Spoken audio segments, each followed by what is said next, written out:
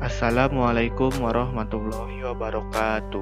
Perkenalkan, nama saya Rama Rivaldi dengan NIM 2002342, kelas akuntansi B. Di sini saya akan menjelaskan tentang hukum pajak.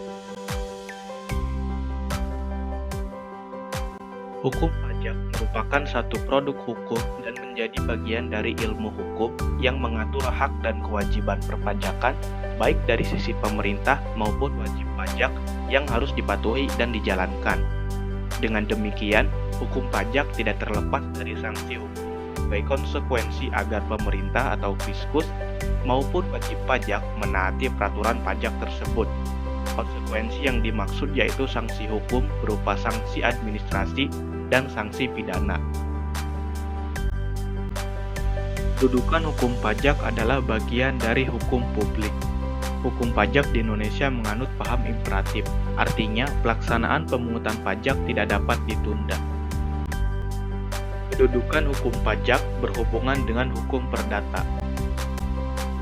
Hukum pajak mempunyai kaitan erat dengan hukum perdata, terutama terlihat masalah dasar pemungutan pajak yang dikenal, yaitu adanya peristiwa, keadaan, dan perbuatan.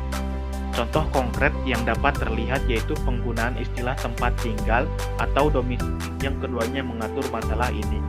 Kronologisnya sebagai berikut. 1. Pasal 17 BP. Setiap orang dianggap mempunyai tempat tinggal di mana ia menempatkan pusat kediamannya. Dalam hal tidak adanya tempat tinggal yang demikian, maka tempat kediaman sewajarnya dianggap sebagai tempat tinggal. 2. Pasal 2 ayat 6 Undang-Undang Pajak Penghasilan. Tempat tinggal orang pribadi atau tempat kedudukan badan ditetapkan oleh Direktur Jenderal Pajak menurut keadaan yang sebenarnya. Pajak juga berhubungan dengan hukum publik, salah satunya hukum pidana.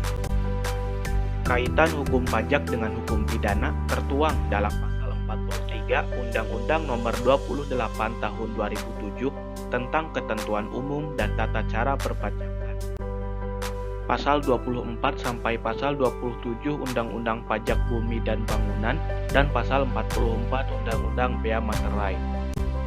Dan juga tertuang pada pasal 39 ayat 1 huruf F Undang-Undang Nomor 28 Tahun 2007 tentang KUP. Yang terakhir ada jenis-jenis hukum pajak.